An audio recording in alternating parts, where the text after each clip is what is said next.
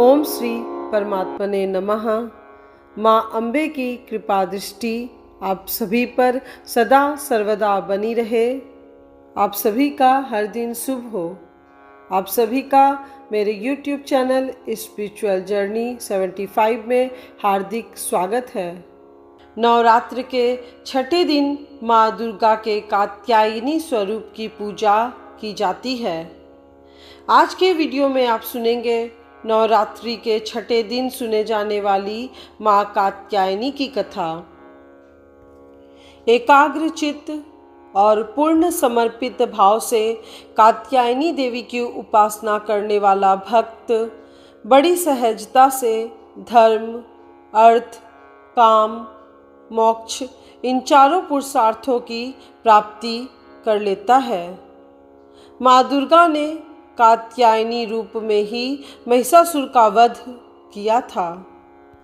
सच्चे साधक को माँ कात्यायनी दर्शन देकर कृतार्थ कर देती हैं। वह इस लोक में रहकर भी अलौकिक तेज और प्रभाव को प्राप्त कर लेता है। उसके रोग, शोक, संताप, भय, साथ ही साथ जन्म जन्मांतर के पाप नष्ट हो जाते हैं। इनकी निरंतर उपासना में रहने वाला परम पद को प्राप्त करता है।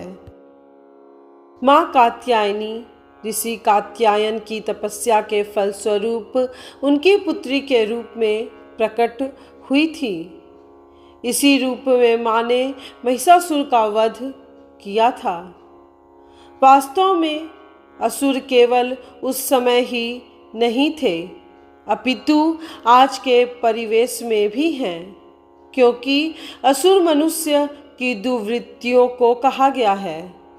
मनुष्य के अंदर हिंसा व पाप वृत्ति समाप्त होने पर वह अंतःकरण से शुद्ध होकर भगवती कृपा का पात्र बनता है और मोक्ष प्राप्त करता है। माँ कात्यायनी दिव्यता के अति गुप्त रहस्यों की प्रतीक है। व्यक्ति का भाग्य उसके आंतरिक अदृश्य जगत से संचालित होता है। वह जगत जो अदृश्य है, हमारी इंद्रियां भी उसका अनुभव नहीं कर सकती और जो हमारी कल्पना से परे है, वही जगत माँ कात्यायनी के प्रताप से संबंधित है।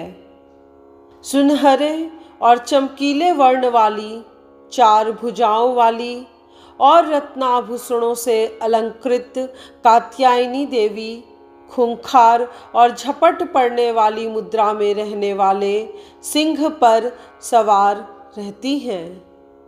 इनका आभा मंडल विभिन्न देवों के तेज अंशों से मिश्रित इंद्रधनुषी छटा देता है। माता कात्यायनी की दाहिनी ओर की ऊपर वाली भुजा अभय देने वाली मुद्रा में तथा नीचे वाली भुजा वर देने वाली मुद्रा में रहती है।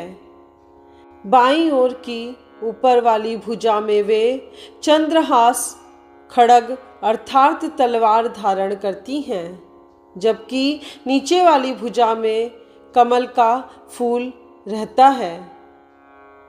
प्राणियों में इनका वास आज्ञा चक्र में होता है और योग साधक इस दिन अपना ध्यान आज्ञा चक्र में ही लगाते हैं। योग साधना में आज्ञा चक्र का अत्यंत महत्वपूर्ण स्थान है। माँ कात्यायनी साधक को देवीय शक्तियों से परिपूर्ण करती हैं। नवरात्रि के छठे दिन माँ के इस रूप को प्रसन्न करने के लिए मधु यानी शहद का भोग लगाकर स्तवन करने से साधक को सुंदर यौवन प्राप्त होता है। साथ ही माँ लक्ष्मी के रूप में माता घर में वास करती हैं।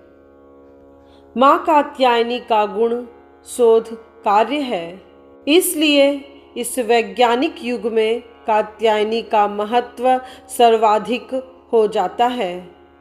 इनकी कृपा से ही सारे कार्य पूरे हो जाते हैं। यह वैद्यनाथ नामक स्थान पर प्रकट होकर पूजी गई माँ कात्यायनी अमोघ फल दायिनी है। भगवान कृष्ण को पति के रूप में पाने के लिए ब्रज की गोपियों ने इन्हीं की पूजा की थी। यह पूजा कालिंदी यमुना के तट पर की गई थी, इसलिए यह व्रज मंडल की अधिष्ठात्री देवी के रूप में भी प्रतिष्ठित है।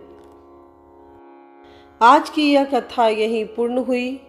मेरे अगले वीडियो में आप जरूर सुनिएगा माँ जगदम्बा के 7वें स्वरूप माँ कालरात्रि की कथा। उम्मीद करती हूँ आज की वीडियो आपको पसंद आई होगी। अगर आपको मेरे चैनल पर इन कथाओं को सुनना अच्छा लगता हो तो आप सभी से विनम्र निवेदन है कि इन वीडियोस को अधिक से अधिक लोगों को शेयर कीजिए। कहते हैं अपनी धर्म और संस्कृति का प्रचार और प्रसार करने से बहुत पुण्य मिलता है।